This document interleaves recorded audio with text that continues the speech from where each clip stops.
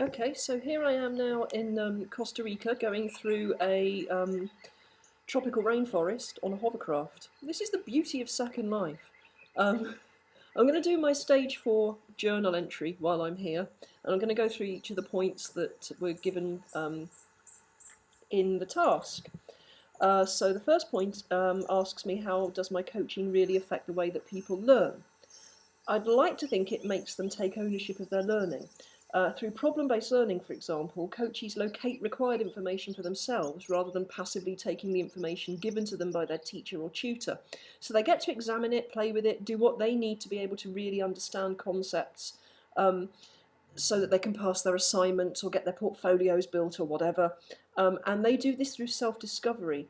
Learners establish their own patterns, their own routines, their own learning styles. They learn how they best operate, as well as getting all the information together that they need to pass whatever they need to pass. So they're sort of learning soft skills as well.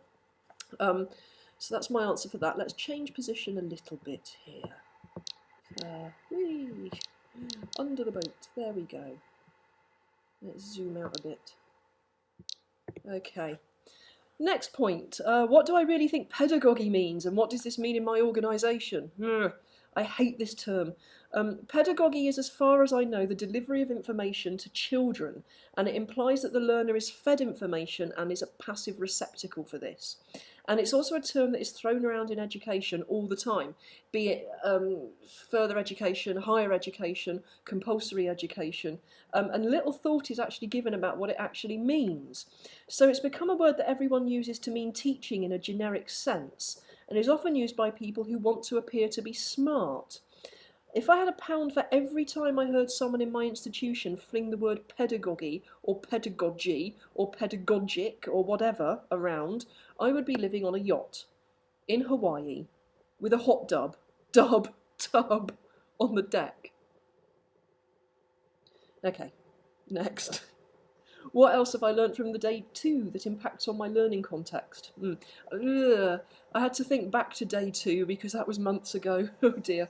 I do realise that I need to tailor my coaching to individuals' personalities. There are many nuances within coaching, and so sitting with someone and drawing answers and solutions from them isn't just a stock way of doing coaching.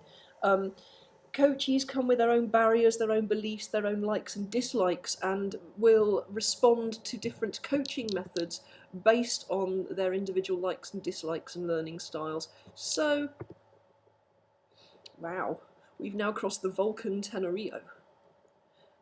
Is that anything to do with Star Trek? I don't know. So I suppose that's what I've learnt from day 2. Okay, oh, it's getting rainy here. It's a good job that I've got a hat on, really, isn't it? Okay, let's move down a little bit.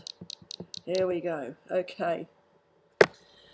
What else can I do to continue to develop as a meaningful coach? I can practice in as many settings and environments as I can.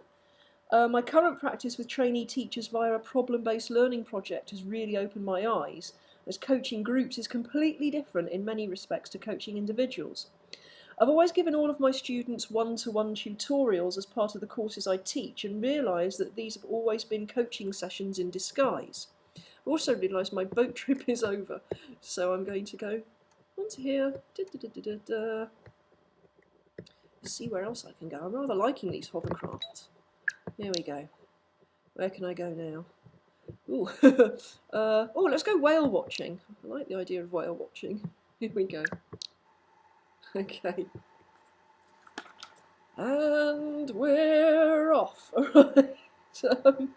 Yeah, I've been doing tutorials for years and not realising I'm sort of doing coaching in a way. So other than making tweaks and refinements to the way I do tutorials, I think the coaching skills have always been there. They just need to be developed more.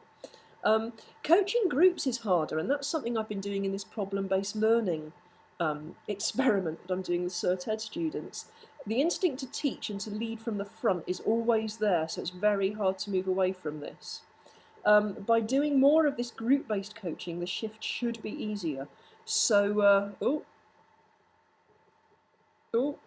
that's my driving. Appalling. This is why I keep failing my driving test. So more practice with active listening. This is something I keep harping on about throughout my journals and throughout my ILP. I am actually now doing more practice with active listening. I repeat what's been said to the person talking to me so I can consolidate what has been said and prove to them I've been listening. And I am learning slowly to switch off all of those other thoughts that cloud my mind when I am trying to listen. Progress is being made, and it's, not that slow, but it's something that I'm going to need to work on, I think, forever. How can I move forward to develop an action research project? Well, as I've said before, I'm experimenting with Second Life as a coaching medium. This is something I want to use as the basis for my action research project. I've run the idea past my tutor, who's interested to see whether coaching can be delivered in a virtual world, and has given me the go-ahead to use this as a base for my research. I'm also going to bite the bullet and see whether group coaching can be delivered here. I have a discussion group meeting on the 22nd of February in Second Life, and I'm going to coach them rather than lead the discussion or drive it forward in a sort of more teacherly manner. So I'm going to coach and coax the discussion instead. I'm going to film this discussion, add it to my tally of coaching hours. So a full report will go on my coaching extravaganza thread on the SLC forum. Okay, seen any whales yet? I've not seen any whales. Okay. Finally, what are the specific issues in the teaching and learning of my own subject? Not sure what this question means. Are we relating to teaching or to coaching? It's a bit vague and a bit general. So I guess as far as coaching goes, my subject, which is teacher education, lends itself very well. Like I say, I've been coaching by doing tutorials for years and not realising there are elements of coaching in that. But general issues within my subject area are the stress levels that my students exhibit as a result of their workloads and work-life balance. And often tutorial sessions do become counselling sessions, as it's here that the boundaries between tutoring, counselling and coaching become blur.